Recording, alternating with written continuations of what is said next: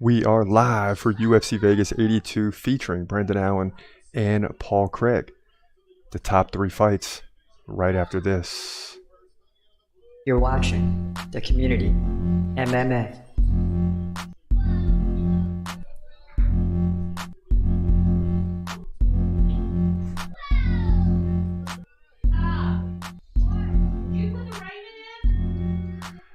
What up? This is your boy Chris Cross checking in. This is the TCMMA podcast. We are live for the big three right now.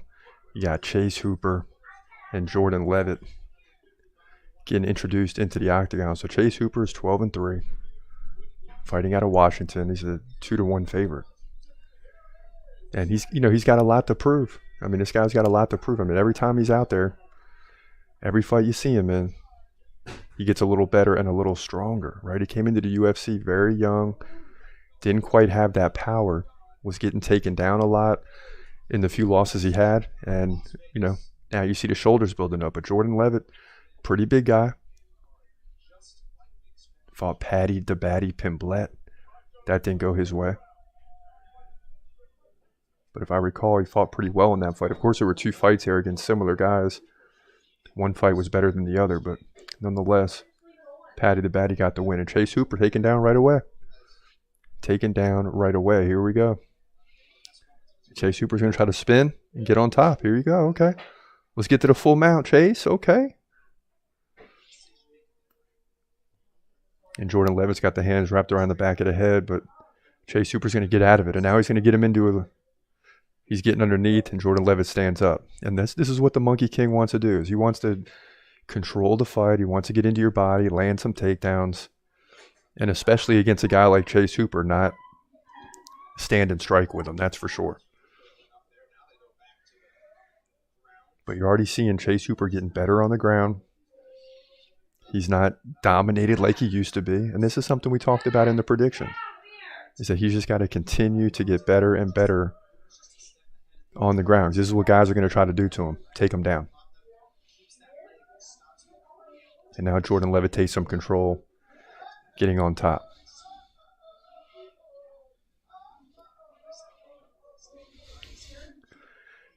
Chase Hooper on his back. He's taking some punches now, and this is not where you want to be if you're Chase Hooper. He was defending it pretty well at first. And now you got Jordan Levitt in firm control. So, and this is one of those divisions, right? The lightweight division is always tough to predict. I mean, anything can happen in these fights. Oh, an armbar attempt here. The Monkey King holding on now. Look at this, Chase. Okay, Chase. And Jordan Levitt's trying to get the head out. He's got his arm tied up, so Hooper can't pull it out. But we'll see if Hooper starts to work on that other hand. I mean, he's got it locked in if he can stretch the arm out, but Jordan Levitt does a good job breaking it and lands a right-hand punch on the way out. First 2 minutes gone. And when you're in the lightweight division, you got to be able to go to the ground. You got to be able to defend positions, be able to get up, get out of it, especially if you're like Hooper and you want to strike. Oh, a big right by Levitt. And that landed. You could see the eyes of Chase Hooper. That definitely landed, and it definitely caused a problem for him. Now Levitt trying to stand up again. Both guys got each other's legs. And a potential ankle lock here. And both guys swinging even though they're far apart. And another left by Chase. Okay. Chase is spinning out of it. And you saw a lot of this in the Paddy fight where Jordan Levitt's going to try to control things, and eventually he gives up position. And Chase Hooper here looking to get the rear locked in. Oh, he's got it locked. Look at this. Look at this. Come on, tap it. Let's go. Okay, Chase. Okay, Chase. He lets out a big roar. And Chase Hooper gets the submission victory over Jordan Levitt, a.k.a. the Monkey King. And that fight finished quickly. 2 minutes and 59 seconds into the fight, it's over. And Chase Hooper answers the questions. He can go to the ground. He got taken down, but he still figured out a way to win. He's going to move to 13-3-1. And that's a big victory for him. Jordan Levitt's going to fall to 11-3 in this big lightweight fight at UFC Vegas 82.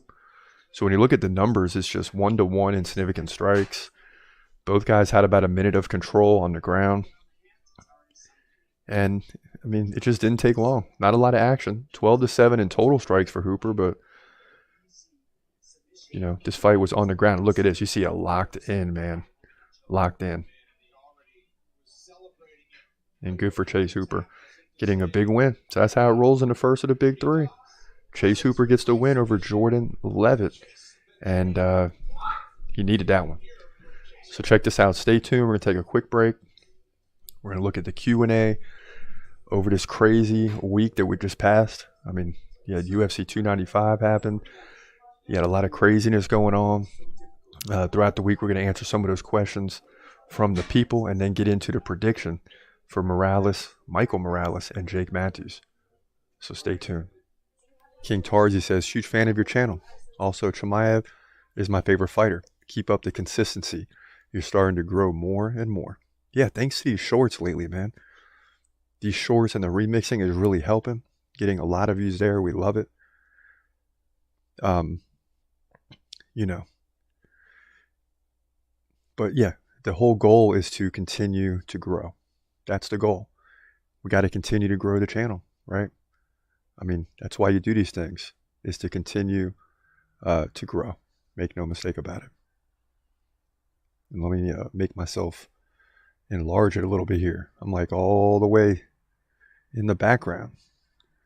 Yeah, but nonetheless, when you get into these Q&A, man, there's a lot of people weighing in on different topics. You got Weird Guy 699 saying Hamza is ranked 9. I understand the UFC promised him a title shot, but it's not deserved. And you got people that really believe this stuff, that he doesn't deserve a title fight, but the UFC promised it to him.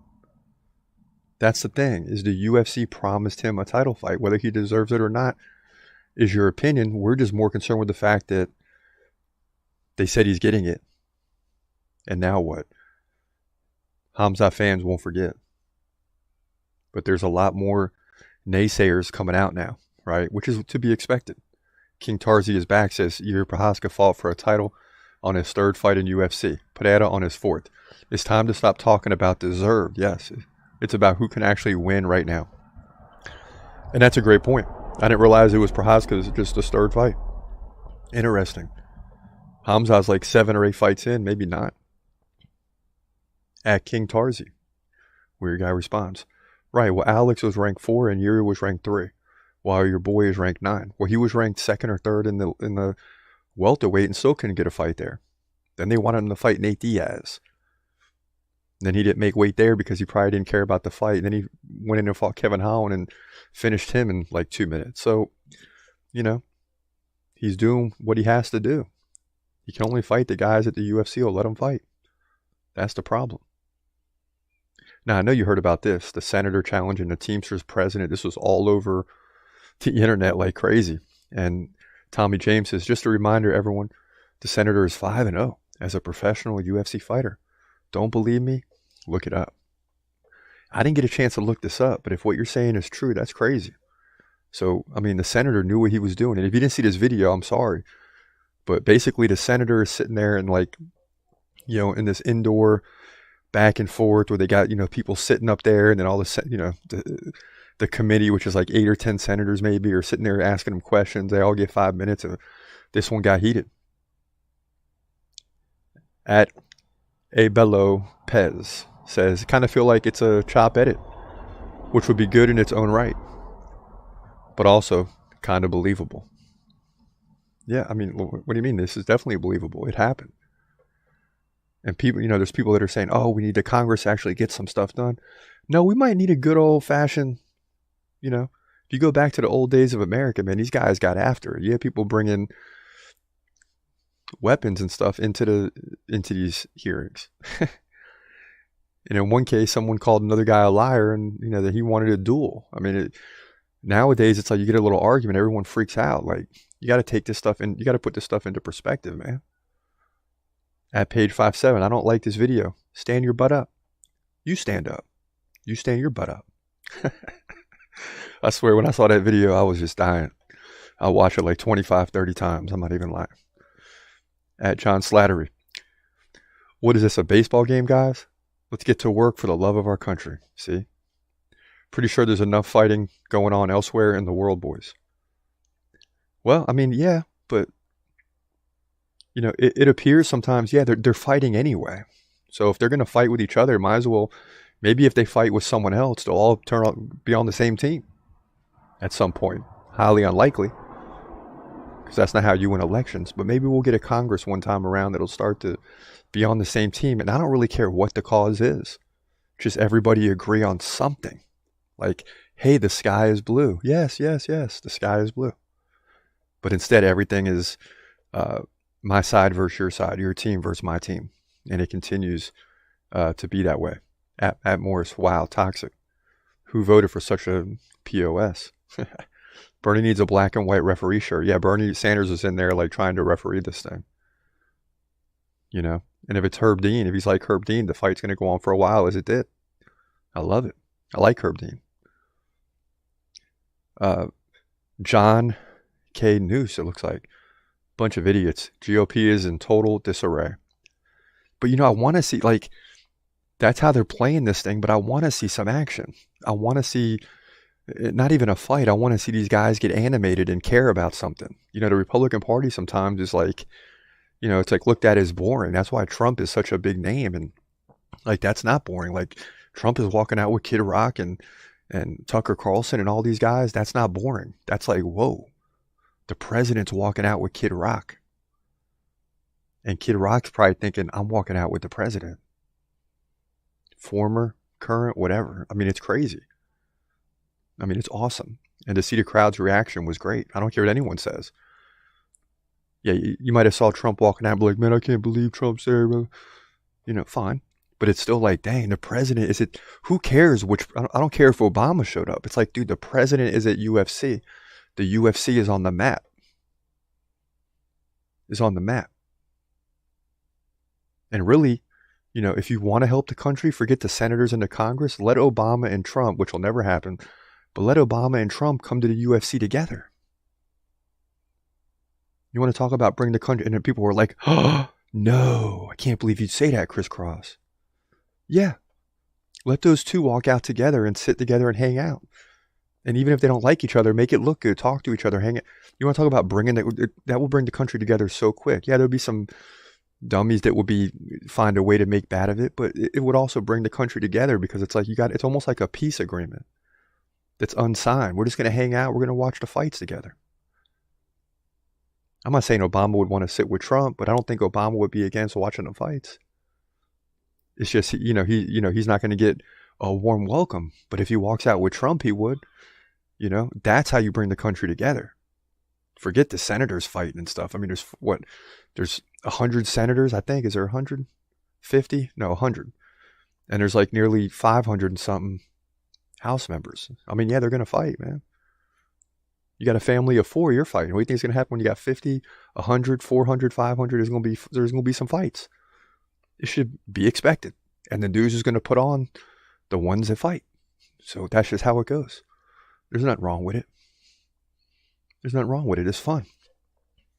But yeah, I'd love to see Obama. If Obama and Trump walked out, I might have to start being an Obama fan. You see what I'm saying? Yeah, I lean to the right a little. I mean, I'm talking about, when I say lean, I'm like this. I'm not like over here. I'm not like over here. Right? Here's the middle. I lean to the right a little bit like this. I'm more of in the middle. I'm more independent. I could go either way. You understand? But in the current scenario, I would take Trump. Okay? But if Obama walked out with Trump, and I'm not an Obama fan by any means, I might be like, dang, Obama's cool. Okay.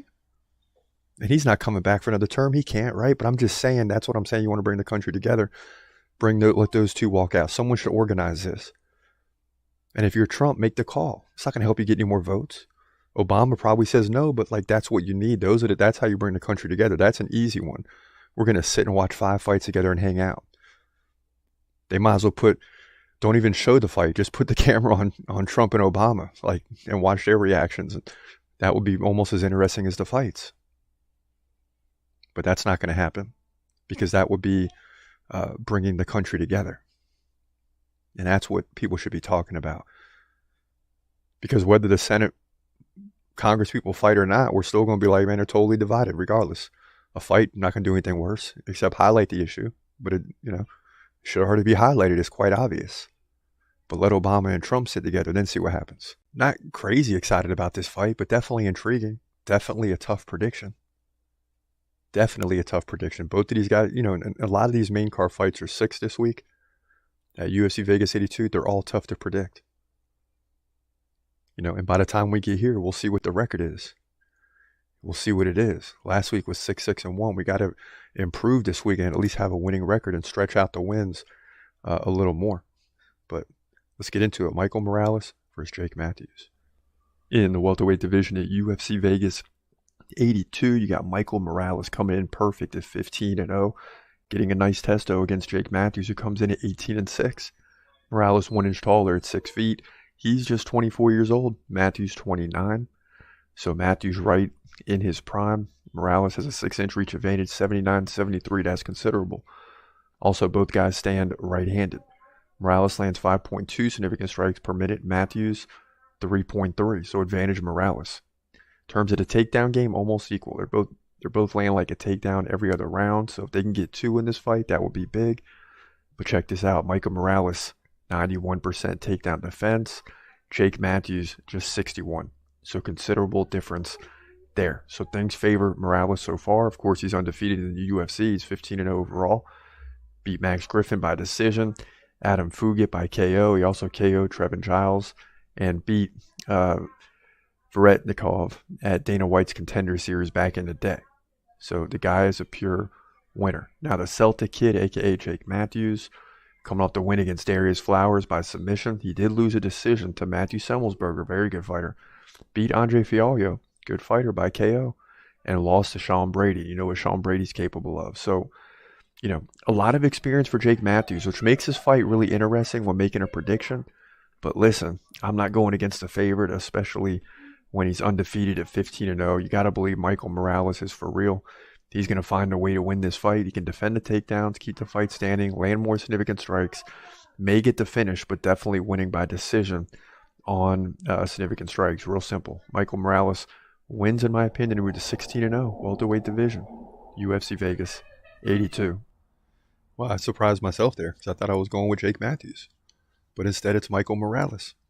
And that goes to show you, I'm just listening because Jake Matthews fought Sean Brady. He's got the experience. But Michael Morales is really good. He's not as good as Sean Brady in some of those, but he's probably on the level of Andre Fialho and the other victory that Jake Matthews has. So it's going to be interesting. Michael Morales is going to have to step it up, but no doubt, I believe he will, right? And sometimes we do these predictions well in advance, and then I kind of forget, if it's not a huge fight, who I took. And it's that close between these two. Forget the odds. There's always odds that are out there. 2-1, 1.5-1, even. It doesn't matter. It doesn't matter. I mean, the odds are correct more times than incorrect. But at the same time, when they lock the cage door, anything can happen. And hopefully, for our prediction's sake, Michael Morales. All right, welcome back. Michael Morales and Jake Matthews on deck. Morales making his walk right now. So we're about 4 minutes away from this fight. It's a welterweight division fight. We got Michael Morales winning, as you heard there in the prediction. The division right now ruled by Leon Edwards, right? He's fighting Colby Covington here in just a few weeks at UFC 296, and that'll end the year for us, right? In December, the last big fight, and what a big one it is. But Michael Morales, a guy that's moving his way up in this division. And, of course, Jake Matthews is not bad either. Michael Morales is 15-0, and we like him to win, And when you look at how things have turned out tonight, we got 1, 2, 3, 4, 5, 6, 7 wins, 4 losses. The Nicholas Mata fight should have been a loss, but it ended up Trey Ogden won. But they ended up winning a no contest, or else we'd be 7-5 right now. So that pretty much guarantees a winning night for us. Or actually, unless we lose these last 2. I shouldn't get too ahead of myself. No, 7-4. We're good. We're good. Even if we lose the last 2, we're 7-6. But nonetheless, this is going to be a good one. I mean, Jake Matthews is no slouch, but Morales has been dominant in his career. I mean, you don't get to 15-0 unless you're doing some things. So here we go. I mean, Morales is 29 compared to the 24 compared to the 29 Jake Matthews. So what that means is Morales isn't even in his prime yet. Matthews is right smack in the middle of it. Right, they're both basically 6 feet tall. Michael Morales can have a 6-inch reach advantage. He's going to want to use every bit of that. And Jake Matthews is going to want to get in there inside of that reach and, make it a close quarters fight. Maybe get some takedowns. So we'll see. But Michael Morales can defend them too. Don't get it twisted. I'd love to say this would be a first-round finish for Michael Morales. But, again, Jake Matthews can fight. He does have 6 losses. But the guy can fight. Just a tougher test for Michael Morales as he works his way up to the, different levels. This guy's big, man. He's cut, he's strong, and he's got all the skills. Fighting out of Tijuana, Mexico. 3-1 favorite.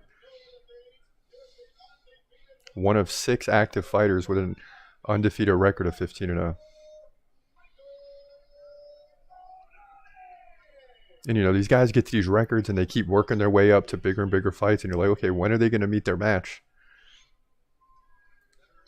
And that could be tonight for Michael Morales. This is why the matchmakers put this fight on, is kind of to see really where he's at. Jake Matthews is a good enough fighter to give him a true test. And Herb Dean's getting ready to signal the go-ahead. While you're watching, hit the like button. Get involved in the chat room. Make sure you subscribe to the channel. We will read super chats, of course, and all your chats as they come in. Fight is underway. Michael Morales starts it with a jab. And if need be, we'll get into the stats and everything round by round.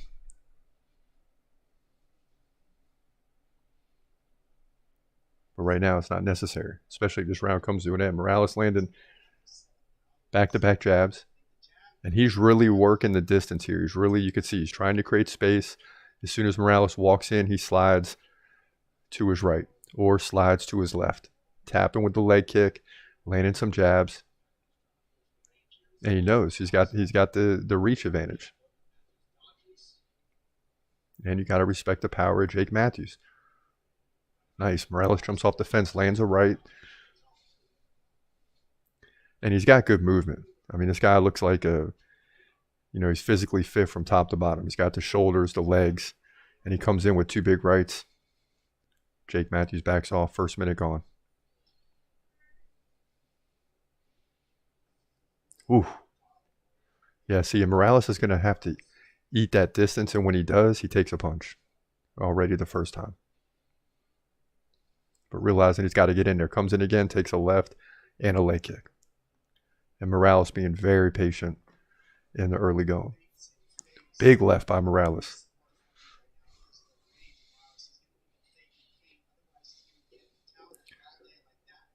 Matthews slips, he gets up. 320 left, round 1. And then takes a left and a right, partially blocked. And so far, the whole fight's been standing. Just first 2 minutes, but not really any takedown attempts, anything like that.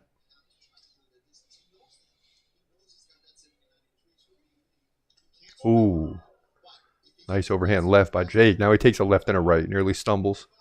Hits the fence, and he's back to the center. And you see on that, Michael Morales didn't even charge. Landed a left-right. Caused Matthews to stumble. Didn't even charge ahead. He just wants to keep the distance. Utilize the range. And I think that's a very good strategy for him to use. Lands a leg kick. Followed by Matthews. Both guys, good movement around the octagon. It's Michael Morales usually on the outside. Jake Matthews in the center. Ooh, and a leg kick. Drops Morales. He gets his hand on the ground and gets right back up. In a much different setting than last week, right? UFC 295 was amazing in New York City last week, Madison Square Garden. This one in the Apex Center, right? UFC Vegas 82. So you got a couple hundred people watching, but nothing like it was last week. You can hear every fall. You can hear the cornerman yelling.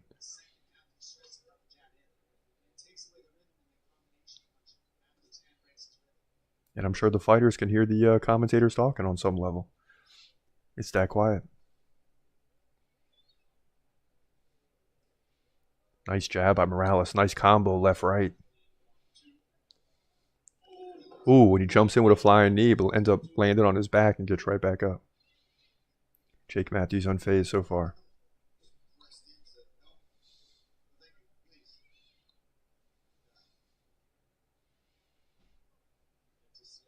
And this is one of those exciting divisions, right? Just above the lightweight division, so you're still going to get some grappling.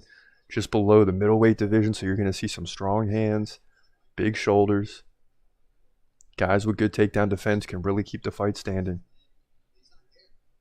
And it's right in between the power and the grappling stages. I mean, the welterweight is like right in the middle where either one of those can happen.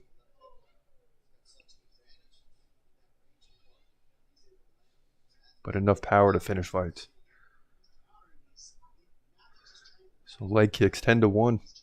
Michael Morales, and he eats a left. Woo! Okay.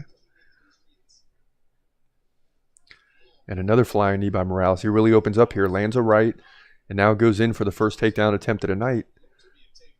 But Matthews gets underneath. Not a finish attempt here. 20 seconds left. They separate. And Morales just looks so calm, like unfazed by everything. There you go. Big right. Uh-oh. Well, he hurt his left foot, but he looks fine. Jumps off the fence again with a right, and that'll do it for round one. So, you know, really one of those rounds where the guys are feeling each other out. You had a takedown attempt by Morales, but really didn't do anything there. No takedowns, obviously. 11-1 in leg kicks for Morales. 21-15 in significant strikes. Head strikes 10-9. So, you know, pretty close. Maybe you can make the case that Morales won that round, but it's close enough to where the judges can give it to either fighter. And Morales better pick it up if he wants to remain undefeated. That's the bottom line.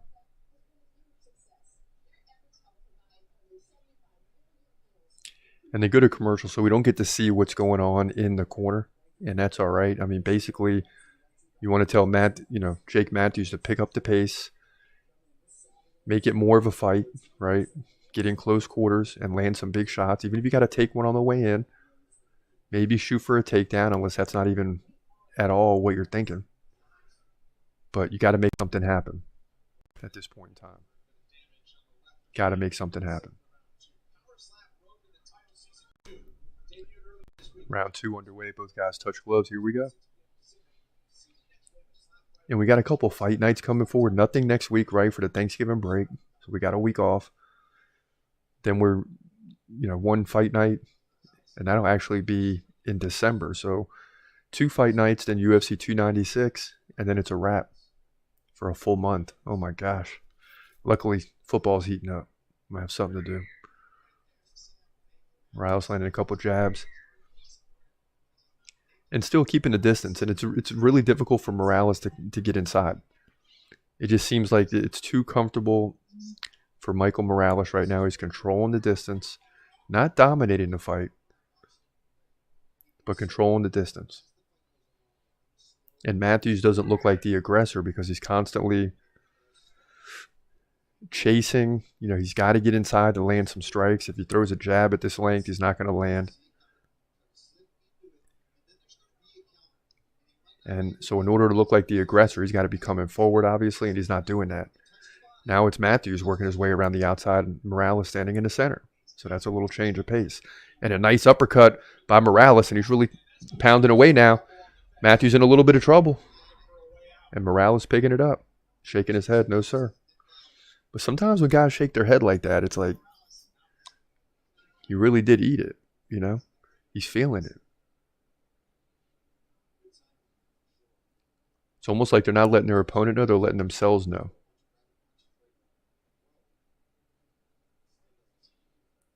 Now Morales backed up against the fence, nowhere to go. And when this happens, he kind of pushes off the fence and tries to land a big right. And this time he just circles out and gets out of there.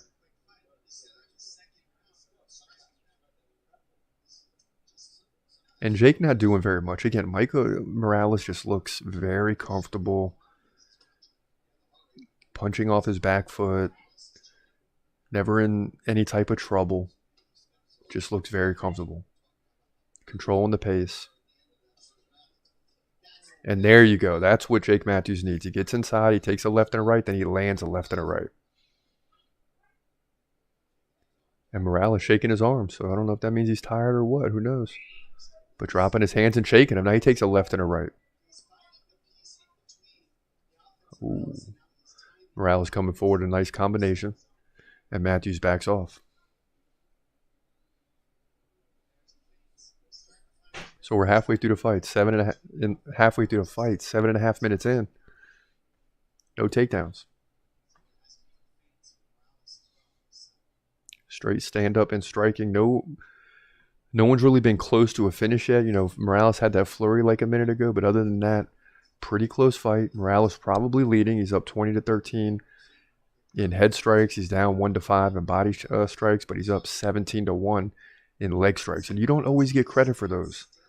You know, we've seen guys dominate in leg kicks, but lose in head strikes and lose the fight, especially when control time is not a factor. So Morales still has work to do.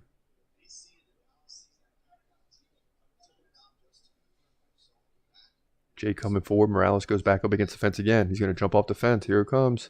There it is. Boom. Big right. It's pretty obvious every time. And Matthews can really catch him right when his foot hits the fence. That's when you punch. But then again, if you miss, you're taking it right. So it's a chance to take. Morales with another combination. So he's starting to get inside a little bit.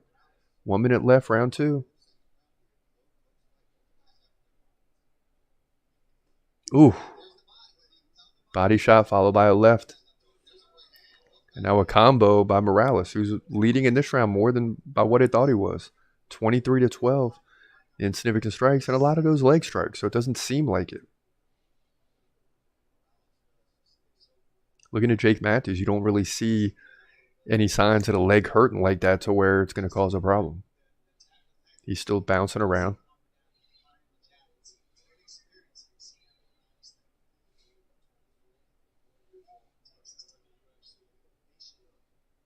And Morales comes forward, a left and a right, does that jumping right again, lands a left leg kick to the body. And Matthews backs off. Final 10 seconds. We're going to get a third round, it looks like. Looks like it's going to a third. Boom, boom, boom. Okay, Morales. Wow. So Morales just won that round at the end. So he's likely up 2-0, but not guaranteed. So anything can happen here. Both guys going back to the corner. They're heading to commercial. So, you know, I think I tell Jake Matthews, you're losing the fight. You need to finish because you need to spark your fighter to do something. On Morales' side, I'd say continue doing what you're doing, but how it's looking in the judges' scorecards, I don't know. But he's up by 24 significant strikes, 55-31, 32-21 in head strikes, so that's going to help a lot. He really pulled away in the third round, and of course, leg strikes, we told you, just dominant, 19-3, no takedowns, just 7 seconds of control. So the ground game is non-existent. This is going to come down to straight leg strikes. Or significant strikes. Michael Morales' leg strikes are so dominant that I'm talking about leg strikes when I should be talking about significant strikes. But again, you know, so he's up, 16 there and 24 overall. So the leg strikes don't really do much. So the fight's probably closer than we think. But I also wouldn't be surprised if Morales is ahead 2-0 on all three. Just because round 1 was kind of close. Jake Matthews seemed to have a better second round, but not in the numbers.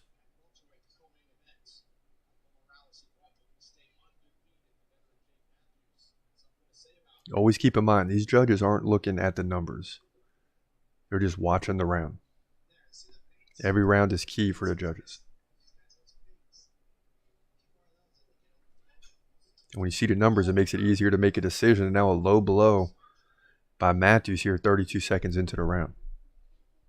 When you're looking at the stats, it makes it easier to make a decision as far as, you know, who's winning the fight, who's winning the round.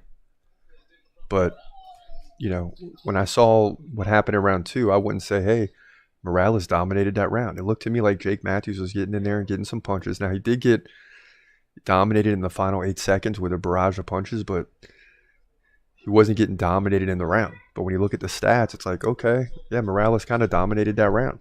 So,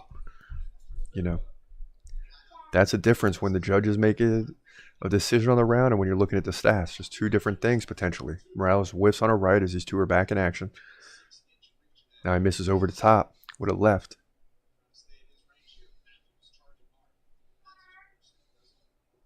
Jake coming in with a big right and left. Morales takes the left and resets 4 minutes ago in the fight. Just a monster 14 fight card before the Thanksgiving break. This is fight 13. Just a monster card.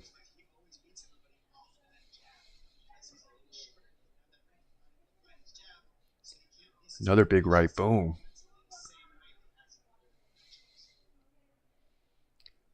.330 left in the fight now. And you're starting to see Matthews pick it up a little bit. But I don't know if he's aware that this pace is just favoring Morales. Like, he's got to do something. And maybe to him it doesn't feel like it, but it looks to me like Morales is very comfortable. He's keeping the range. Yeah, he's taking some shots here and there, but for the most part, he's controlling the fight, controlling the distance. Matthews had the leg of Morales. He lets it go. And they must have worked on this in camp because Morales, 23 leg kicks. His best before this was 8. So a clear desire to land leg strikes. You can see now the left calf of Matthews is a little red, but nothing serious.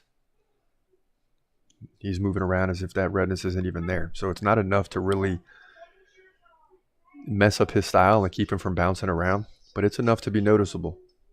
Midway through round 3.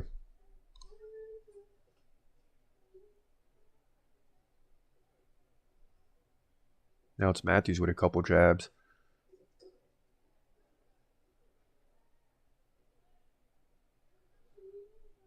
And I'll be surprised, if the decision goes towards Matthews, but to me it's just, I'm looking at it from Morales' standpoint. He's not putting himself in bad situations. He's not in a rush at all.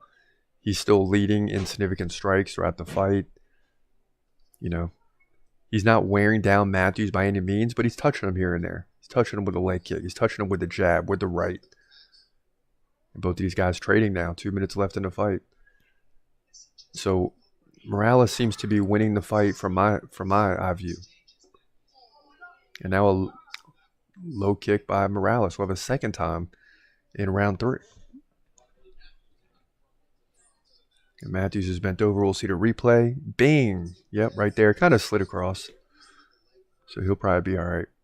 Hit the leg, slid across, hit the other leg. And 17 seconds later, we're back in action. Approaching the final 90 seconds of this fight. And we should see these guys open up. Morales led by 6 significant strikes in round 1, 18 in round 2. He's up 5 right now. And it doesn't seem like it, but again, he's just touching them. Tap, tap. Step back. Regather. 5 seconds later, tap, tap. And Matthews lands 1 or 2 out of 4, 4 the other way from Morales.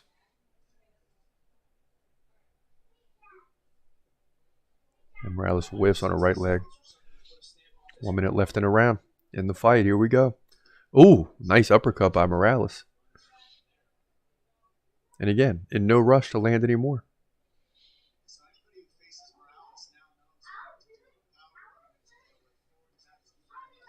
And it's just a tough guy to fight, man. It defends the takedowns really well. Keeps the distance. He's continually landing shots on you from multiple angles. And I'm talking about legs, body, head strikes, all that. Final 30 seconds. So it makes him tough to deal with. It just makes him tough to deal with.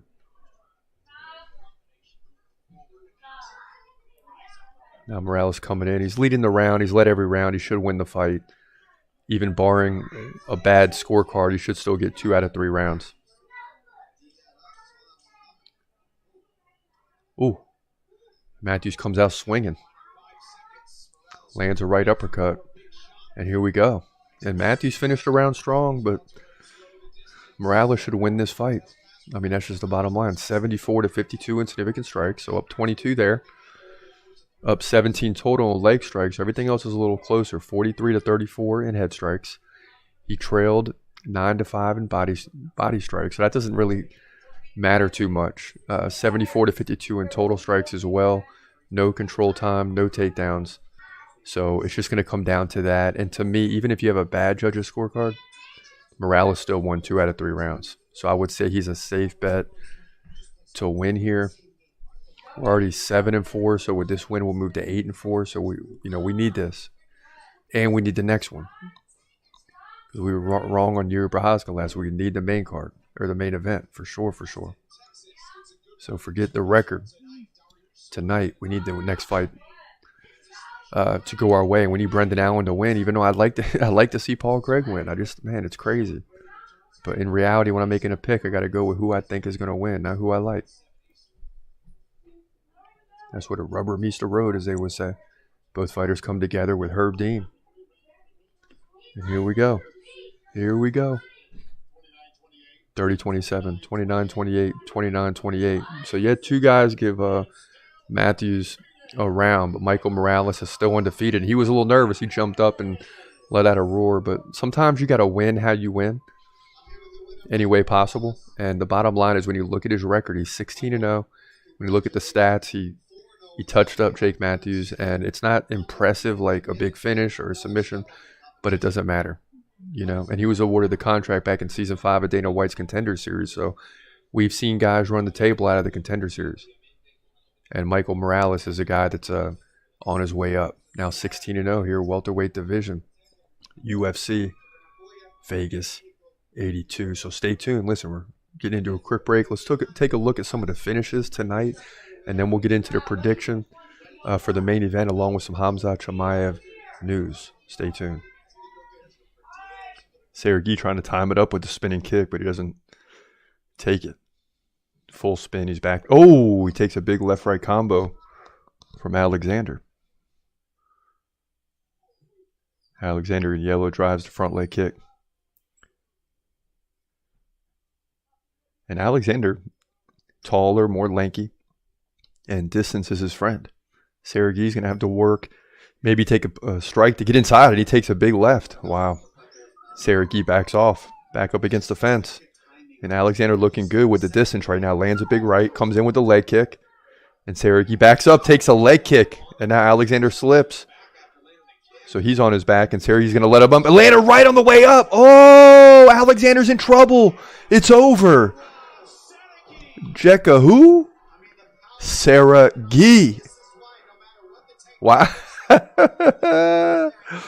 Oh, he's doing the dance now. And that came out of nowhere. I mean, he was taking some strikes early. And then all of a sudden, Lucas Alexander fell, landed on his back. And then the scramble, once he worked his way up, Sergey had some space and landed a punch while Lucas Alexander was coming up. And then next thing you know, he's laying on his back against the fence, and Sergey finishes it. Here we go. So he gets up. Boom. Big right on the way up. Boom. Another right, left, right. And Herb Dean stops the fight. So great finish there for Jekka Sergey here at UFC Vegas 82. Boy, and Tulin looking more and more tired here throughout this fight. Duncan pressing, lands a left jab, trying to drive him back into the fence. And instead he spins and lets him go in the center of the octagon. And here we go. Yeah, and Denise Tulin is slowing down. He takes a right from Duncan, who to me is leaning forward. He's moving well, keeping his head off the center line, resetting, lands a leg kick. 50 seconds left, round 2. Yeah, Duncan looks sharp. And Denise in trouble here, takes 2 uppercuts, a third, and another one, a fourth, an elbow, 2 elbows. Wow. And Denise goes down. This is going to be a finish here, and that's it. The ref jumps in, and Christian Leroy Duncan gets a dominant victory with 2 big elbows to finish it. And Duncan is going to move to 9-1. And what a great finish there. 69 significant strikes to 24. Head strikes 50 to 19. So just a dominant win here for Christian Leroy Duncan. He moves to 9-1, middleweight division, UFC Vegas 82. Johnson continues to ride the back here. Near 30 seconds left in the fight. And he's fighting against the clock. I mean, really, because you want the finish. You might get the win anyway. Especially winning this round. Oh, and he gets underneath now. Here we go. Here we go. Chad Henniger's reaching for it. Oh, here we go. Oh, he's in a tough position here. He taps. Let's go. Jose Johnson with the win, baby. And we're 4-2 on the night. Let's go. We needed that. After dropping the first fight, we got 4 of the next 5. We'll take it. And Henniger can't believe it. Jose Johnson gets the win here. Big win, baby. With about, 11 seconds left in the fight, he's going to move to 16-8. That was a big one for him. 101-33 in significant strikes, 420 of control on 1 takedown, to where Henniger had 4 takedowns for 620 of control. And then you see his face. Yeah, as soon as he locked it in, his eyes got big, like, oh boy. And he's trying to roll and spin out of it, but he can't. He can't. And Henniger's going to fall to 12-7, so big win. Bantamweight division. UFC Vegas 82. Now Pierce pounding away with the elbow and a couple of rights as he almost has the back of Brito. These guys continuing to talk to each other. And Brito, you can just tell from his angle that it's annoying, the talking coming from Jonathan Pierce, as Brito trying to stand up and he can't. Pierce continues to take the back. Okay, now Brito turns toward him. Okay, that'll get him out of it. He got his hands back on the deck. He grabs the right hand of Pierce. That's where he wants to be. Okay, he's standing up. Let's go, Brito. He's talking trash. You got to do something. Ooh, and he locks in it. He locks something in here. What? And he taps. Joe Anderson Brito gets the win out of nowhere. It takes off the pants. Throws the mouthpiece. And here come the UFC officials. You know how they work now. He does a little swag walk. And I love these officials trying to calm people down. I love it. I just think it's freaking hilarious. And Joe Anderson Brito talking to the crowd. He's pumped up, man. And he deserves to be. I mean, a lot of trash being talked here. And Brito couldn't do anything about it until he did something about it and locked in this submission via guillotine. And the Brazilian's going to move to 16-3. Impressive win over Pierce, who falls to 14-6. Nice. And it was deep, too. Featherweight division. UFC Vegas 82. McTybek's taking the back now. Trying to get underneath, but Medic blocks it so far. And, man, this is not good for Uros Medic. And I won't believe this. A guy making his debut comes in and beats Medic, who's only got 1 loss. He's 9-1. Look at this. More of a crank than underneath. And Medic is fighting hands now.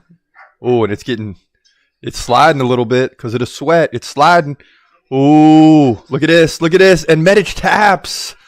McTybek Oralbai gets the win over Uros Medic. He's going to move to 12-1. Wow, what a finish.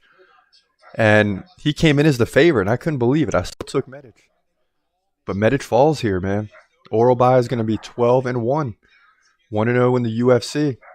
And he did it with 7 minutes and 26 seconds of control time on 7 takedowns. Unbelievable. So look out for this guy. We got a newcomer, ladies and gentlemen. Welterweight division. UFC Vegas 82. Final 2 minutes here. And Ribas with a spinning back kick. Ooh, and Pinedo's getting tired. Ribas with a big right. Okay, she defends a takedown, lands another leg kick. And yeah, Pinedo is almost bent over. She's tired. Hands down. She takes a right and returns a right. Gotta enjoy this Saturday night. It's a middleweight showdown. Brendan Allen, Paul Craig. And I can't wait. I can't wait for this fight. I like Paul Craig. But will I pick who I like to win the fight? Not necessarily. You have to stay tuned for that first prediction in a few moments. But first, let's get into it because, it's a middleweight division fight. So Khamzat Chimaev is back in the news. And, he's like the punching bag. And isn't everything I'm going to get into tonight is exactly what I told you would happen prior to the Usman fight. In fact, I told you this as soon as Costa pulled out and Usman was put in. I was kind of upset with it because it's a no-win situation for Khamzat. Yeah, he gets ranked number 9 in the middleweight division. Some people aren't happy about it, but it also takes away his ability to be ranked 3rd or 4th in the middleweight division because Costa pulled out. And now it's making it harder for him to get a title fight. In fact, you have fighters coming out saying he shouldn't be ranked at all. That's kind of what Brendan Allen's saying, Paul Craig saying he's one of the best middleweights we've seen. And if you watch our shorts on YouTube, you know it because I put those comments both out earlier this morning and last night. So check those out. But, we got to get into it. I mean, this is what Brendan Allen is saying. It wasn't a middleweight fight at Wednesday's media day, he said, to MMA Junkie. They weighed in at 85, but they're both 170s. I don't know how you rank. I don't know if anyone here is on the panel, but if you do, I don't like you. I'm just going to be honest. So that's kind of what Brendan Allen's saying. He's taking shots at Hamza, and really he's taking more shots at the media, right? Saying, how do you rank this guy at 185 when neither fighter is 185 pounds? And to a certain extent, let's be real, he has a point. And that's what I was worried about prior to this fight. And in order to sell the fight, it's like, hey, whoever wins, Dana White. And this is, I didn't ever see Dana White say this. And I'm sure he did because so many people were saying it. But anyhow, the winner of the fight gets a title shot. How? They're not ranked at 185. That was my first question. I don't believe it. I think it was to sell the fight. But, that remains to be seen. The UFC as an organization has made guarantees before. They haven't come through. They just haven't. You got to book the fight, right? And then whatever happens after that happens. And 6 months, a year from now, everyone forgets the past and we move forward. So I don't think Hamza's going to fight for the title next now. I thought he did, but he's going to get banged up by everybody. Now, before Hamza had an opponent, nobody wanted to fight this guy. I mean, nobody. And now because he's ranked, you're going to get shots in the back. You're going to get punches in the back. And when I say in the back, I'm talking about contenders that are behind you. If you're ranked 9th, you're going to start hearing noise from 10 through 15, unranked guys, everybody, because now there's nothing to lose. See, before, fighters had everything to lose, nothing to gain. But now it's the opposite. So Hamza's going to have a hard time finding a fight, when he wasn't ranked. Now everybody wants to fight him. But Hamza's only going to fight up. He's not fighting down. So you got guys like Brendan Allen continuing to say it's BS. This guy hasn't beat an 85er. He hasn't even beat an 85er, especially a ranked 85er. He beat the number 170 guy. Cool, congratulations. I think everyone can agree a 5-round fight, Kamaru wins. Well, I don't agree. And that was off the couch. Keep him at 70 and rank him number 1. Okay, do that. This is a different thing. And how can you say that if it's a 5-rounder, Usman wins? Who the heck knows who wins that fight? Who knows? Hamza was still up. Obviously won the fight after 3 rounds. That means Usman must win the next 2 rounds. Hamza just has to win 1. And I'm here to tell you, Hamza is winning one of those rounds. Even with an injured hand, he is winning one of those rounds. So I can't believe anybody would say Hamza's losing both of those rounds. And I know some of you feel that way, but to me, that's ridiculous. Not going to happen.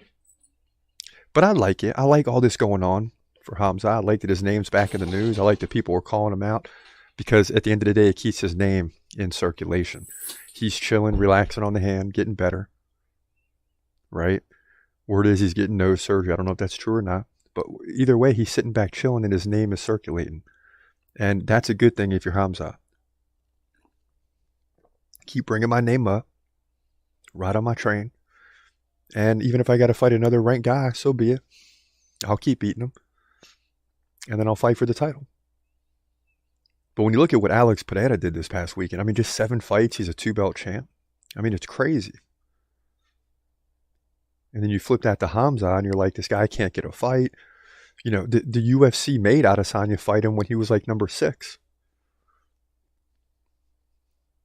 So the UFC can do whatever they want. It's what they think is in the best interest of the UFC. And it just all depends on how these fights shake out. Like, if Duplessis beats Strickland, is it going to be longer for Hamza? Is it better if Strickland wins? You have all these debates going on. Does it matter? What's Israel Adesanya going to do? Is Pereira fighting Jamal Hill next, or is he fighting Adesanya? Most likely from what we're hearing, Jamal Hill. So, then where does that leave Adesanya? There's a lot of things at play. And now you got Leon Edwards barking from the rooftop that he wants a middleweight fight after he beats Covington. And we don't know if that's going to happen. I'm predicting that Covington wins the fight. So, you're going to have all this circulating. And unfortunately for Hamza, every time he's in prime position to make some noise, he's on the shelf. Now, for the main event, Brendan Allen versus Paul Craig. And we talked about these. All right, welcome back. We had to cut it short a little bit. Thanks for staying tuned. We were about to get to the Brendan Allen Paul Craig prediction, but guess what? This fight is getting ready to start right now. Both guys being introduced. The bottom line is we have Brendan Allen winning this fight. But anything is possible. Hamza Chimaev big in the news this week, right? It's a middleweight fight, so he's all, he's in the topic of conversation among both fighters. Paul Craig says he's one of the better middleweights we've seen. Brendan Allen saying more or less he's overrated, not in so many words, but questioning the ranking, number 9 ranking after beating Usman, who's not even ranked in the division. So he's not happy about it, and we got into that.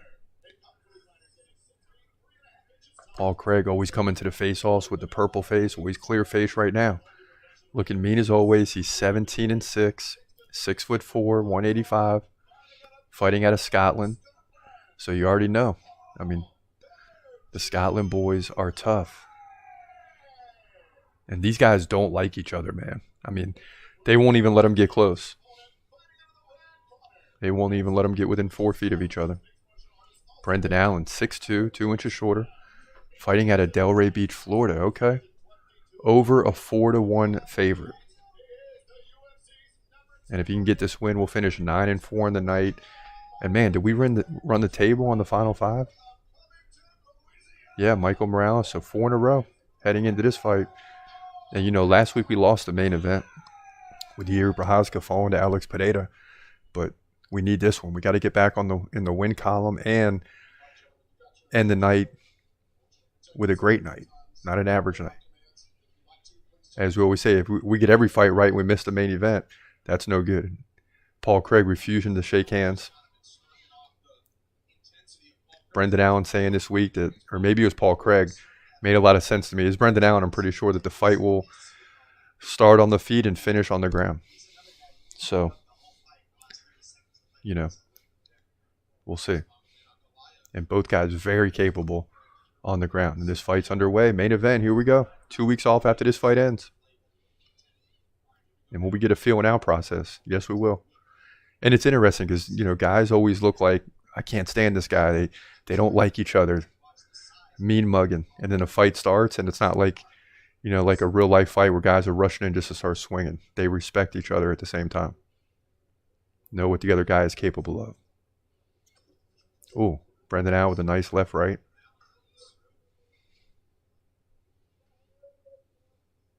And a nice leg kick by Allen. Returned by Craig.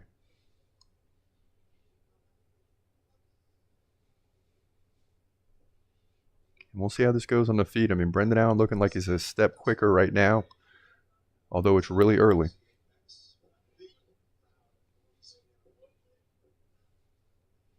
And you wonder whether Paul Craig wants to go to the ground with Brendan Allen. That remains to be seen. But right now, Paul Craig, flat-footed, moving very slow, trying to set it up.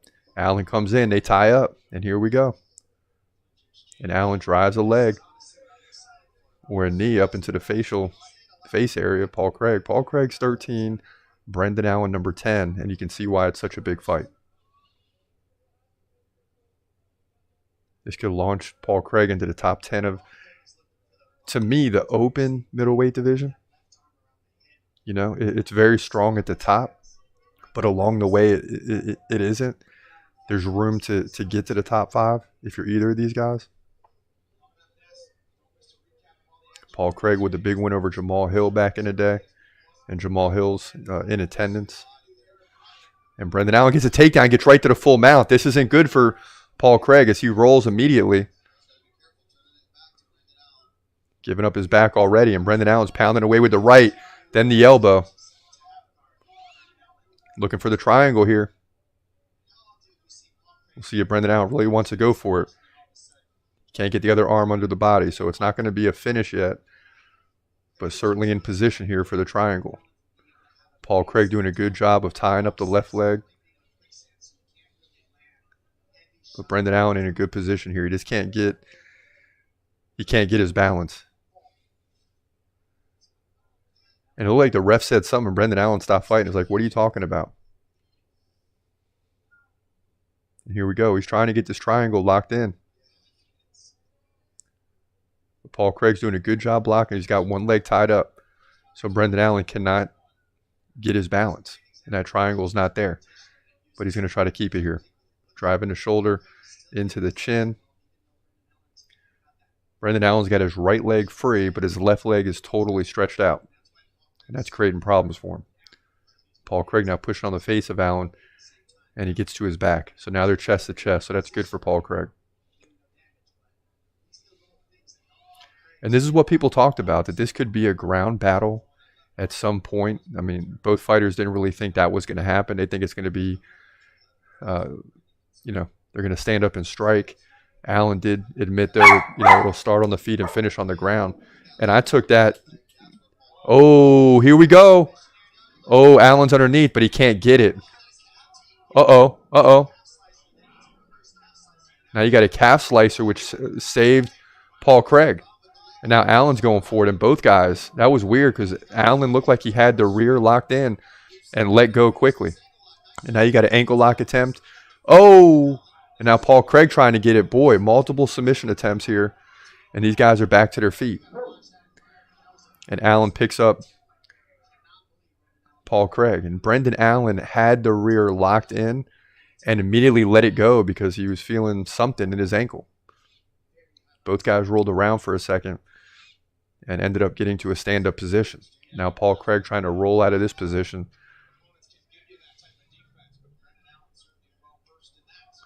And we'll see. But a lot of ground battles happening right now on both sides. Brendan Allen mostly in the top position. Paul Craig just trying to defend. But both guys very capable of getting submissions in at any time. And also their opponent is very good at getting out of those submission attempts too. So that should be noted. And here's the tap here. 10 seconds left. Paul Craig takes an elbow.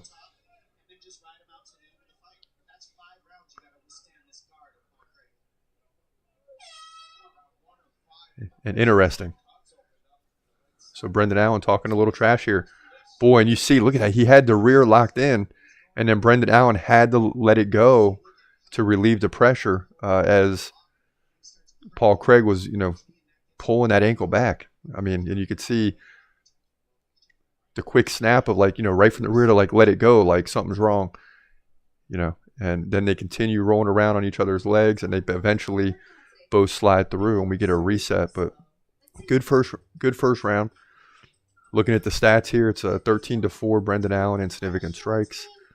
He's up 250 of control time, more than half the round on 2 takedowns, 2 attempts, 20-7 in total strikes. So it's clear Brendan Allen won that round. And when you're watching it, it's clear that he did win that round as well.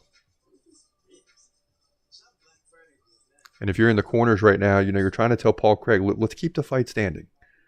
Let's focus on defending the takedowns and keep the fight standing. But even on the feet, it just seems right now that Allen's a little quicker on the feet. All right? And he's a little better on the ground. But with that being said, Paul Craig is still a tough opponent that could finish you at any time. So you got to be, big right by Allen. They both landed at the same time. Oh, and a big elbow by Allen. Here we go. And Allen lands another takedown. He's on top once again. And I don't even think Allen should look for submission attempts. I think he should just go with the ground attack, ground and pound. Seems to be better for him here as Paul Craig really tries to hold on to the hands. Very good defense in the ground game. He takes a right, another right.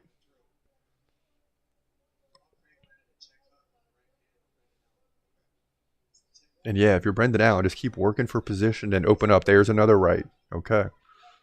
And eventually it's going to pay off.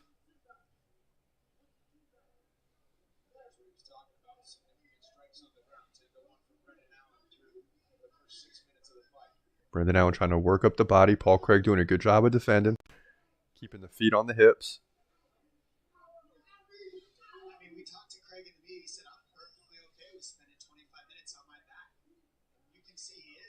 Wow. Yeah, I mean, for Paul Craig to say he's good with spending 25 minutes on his back is crazy because Brendan Allen is going to keep applying pressure. And now Allen gets to the full mount. And we'll see if Paul Craig wants to spin. And yes, he does. Once again, he spins. So he's comfortable with giving up the back.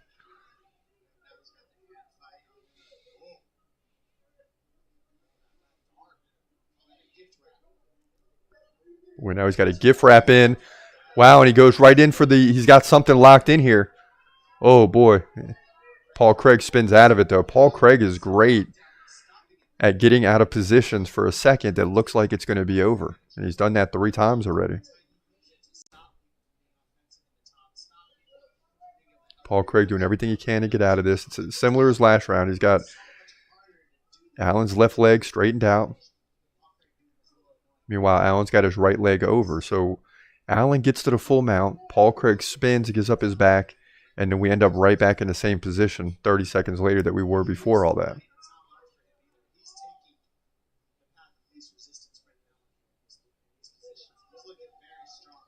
Ooh, nice elbow by Allen. And just tick, tick, tick, tick, tick, tick, tick. As Paul Craig stays on his back, giving up control time. Allen's looking dominant here with another big right elbow.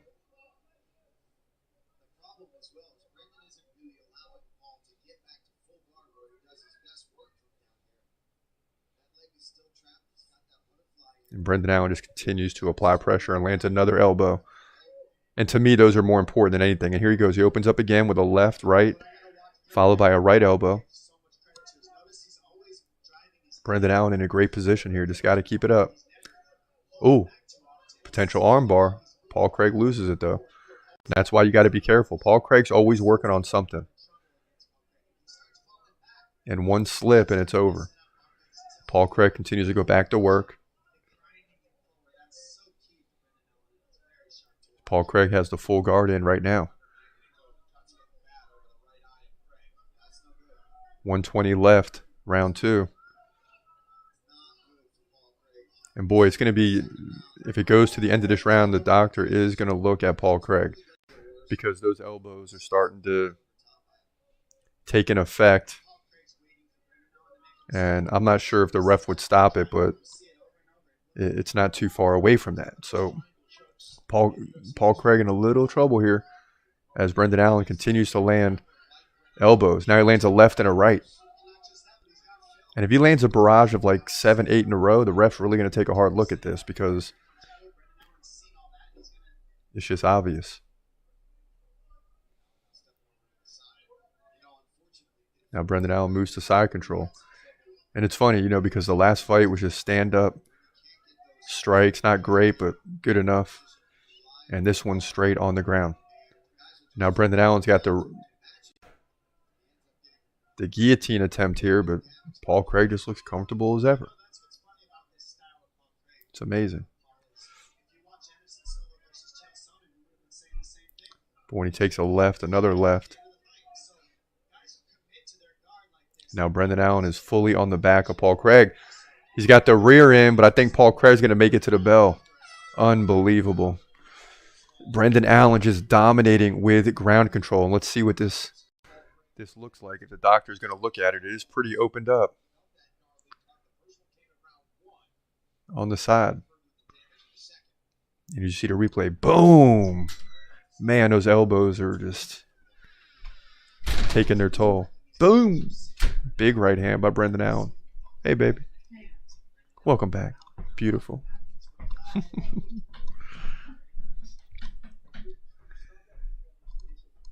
And it doesn't look like the doctor's going to look at it. The cornerman is working on it. They always do a good job of making it look. Oof. Oh, boy.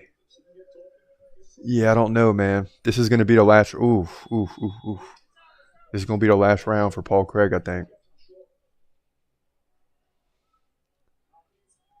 And I'm surprised the doctor's not coming in to take a look.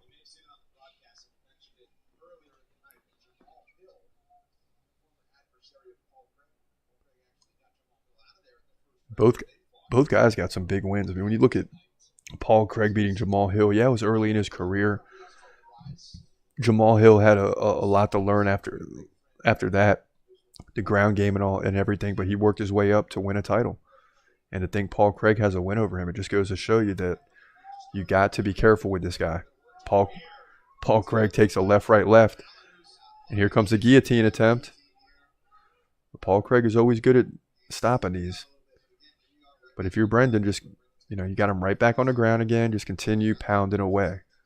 I wouldn't even worry about submission attempts because Paul Craig is good at blocking them. Oh, we go for a rear here, though. Oh, he's got the rear in. This is trouble for Paul. And he taps, and that's it. Wow. Brendan Allen lets out a roar. I can't believe it.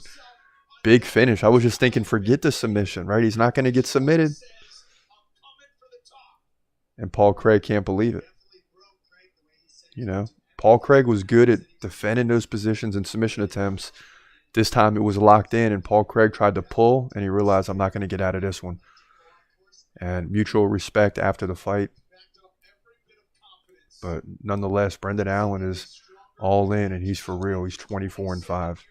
And a great showing here against a really good fighter in Paul Craig. I mean, Paul Craig's ranked 13 for a reason. And you see here at the end, Paul Craig takes a left, right, left, and then he goes in to put the head on the hip. And that was clearly a mistake as Brendan set up the guillotine and took the back right away and put in the submission, the rear, before Paul Craig even knew what happened. And that time he couldn't defend it. So Brendan Allen, 24-5, middleweight division at UFC Vegas 82. So that's the way it goes down, the big three. Always exciting every week, Always exciting. Not the biggest card, but 14 fights, a long day, long night. And that's the way it turns out. 2-week break ahead. And the guy that doesn't like Hamza, or not doesn't like him, but doesn't think he should be ranked, is the guy who won. And that'll beef up the division a little bit. I mean, it looks good for Brendan Allen to get a win over a veteran in Paul Craig. So that beefs up the top 10 a little bit, but it's still weak from, say, 3 or 4 all the way down to 10. Minus Hamza. Brendan Allen's probably better than number 9. And over time, these guys will beef up the division as they get up to the number 3s, 4s, 5s in the middleweight. But right now, there's some gaps there that have to be filled. And the filling is coming, you dig? But listen, thanks for watching.